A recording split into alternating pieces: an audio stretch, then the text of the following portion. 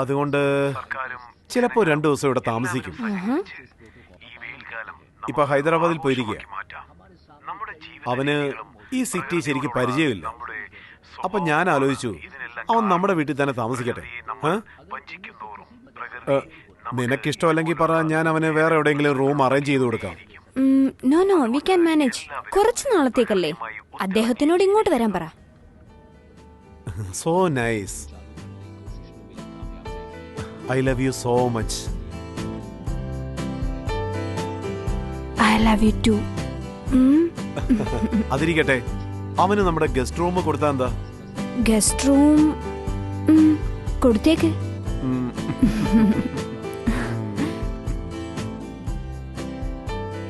നിങ്ങളുടെ വൈഫ് വരാൻ ഇനിയും ഒത്തിരി സമയം എടുക്കുമെന്ന് തോന്നുന്നു. അതെ, പക്ഷെ എന്താണെന്ന് അറിയില്ല. ഒരുപക്ഷെ അവള് മീറ്റിംഗിൽ വല്ല ബിസി ആയിരിക്കും. May be. എനിക്കിങ്ങനെ വെറുതെ ഒറ്റയ്ക്ക് ഇരുന്നിട്ട് ശരിക്കും ബോറടിക്കുന്നു.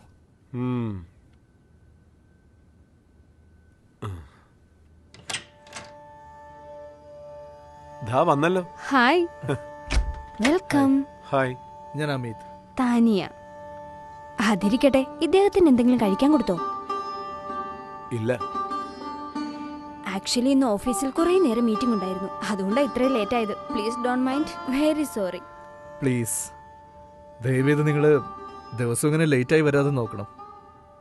ശരി, എനിക്കൊരു ചായ കിട്ടുമോ? ഷുവർ, ദാ ഇപ്പൊ ഇട്ടോണ്ട് വരാം. നിങ്ങൾ സംസാരിച്ചോണ്ടിരിക്കേ, ഞാൻ പോയി ചായ ഇട്ടോണ്ട് വരാം. അവർക്ക് കുറച്ച് സമയം കൊടുക്കുക, എല്ലാം ഓട്ടോമാറ്റിക്കായിട്ട് നടന്നോളൂ. എനിക്ക് നന്നായിട്ട് വിശക്കുന്നു. ശരി, ഒന്ന് കാത്തിരിക്കുക, ഇപ്പൊ കൊണ്ടുവരാം. ഒരു 5 മിനിറ്റ്.